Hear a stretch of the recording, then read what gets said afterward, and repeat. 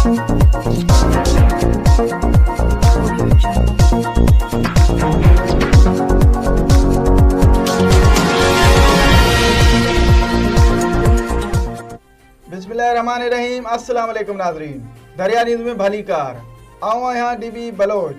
नाज़रीन सब खां पहिरियां हिकु नज़र हेडलाइंस ते। ड्रखण बंगलो में राशन न मिलण खिलाफ़ ॻोठाणनि जो मुज़ाहिरो कंदड़नि इल्ज़ाम लॻाईंदे चयो त चेयरमैन राशन मनपसंद माण्हुनि में विरायो आहे। कंदकोट जे ॻोठ फ़कीर मोहम्मद खोसो में औरत खे कोरोना वायरस हुजण जो शक। वारसनि डीसी कश्मीर खां मुतालबो कयो त मुतासिरा औरत जी टेस्ट कराई वञे। कश्मीर ज़िले अंदरि 27 ॾींहं बि लॉकडाउन जारी। रोड रस्ता वीरान। रोज़ कमाई खाईंदड़ मज़दूर फाका काटण ते मजबूर बणियल। कश्मीर में पब्लिक हेल्थ खाते जे मुलाज़िमनि जो पघारूं न मिलण खिलाफ़ एहतजाज। हिन खबरन लाइ तावन कयो आहे authorise distributor Kashmir. Authorise distributor वारन जो चवण आहे त असां वटि खंड, पत्ती, चांवर, घी, अटो ऐं ॿियो सामान होलसेल रेट ते दस्तियाब आहे। अथोराइज डिस्ट्रीब्यूटर नज़द टेलीफोन एक्सचेंज कश्मीर।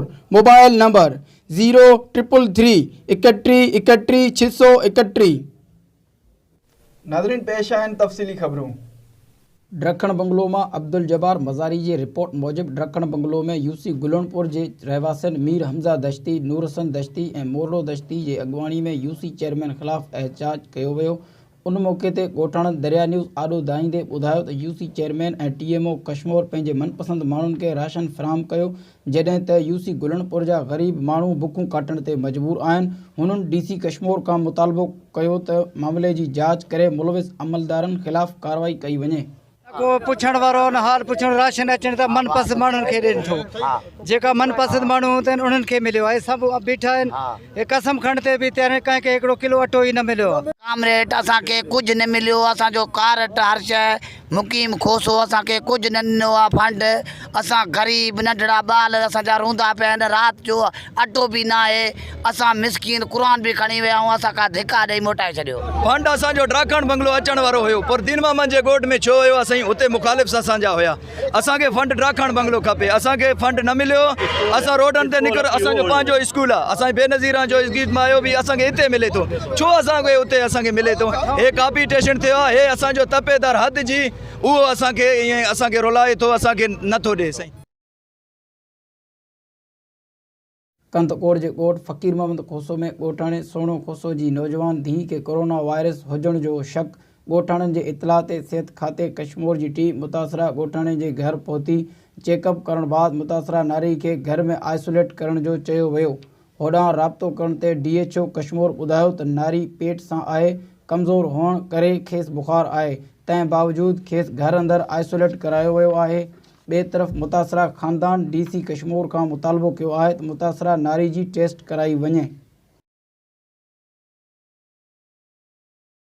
कश्मीर ज़िले अंदर अज 27 ॾींहं बि लॉकडाउन जारी आहे। लॉकडाउन सबब ज़िले जा नंढा वॾा शहर मुकम्मल तौर बंद आहिनि, जॾहिं त रोज़ मज़दूरी करे कमाए खाईंदड़ माण्हू बुखूं काटण ते मजबूर आहिनि।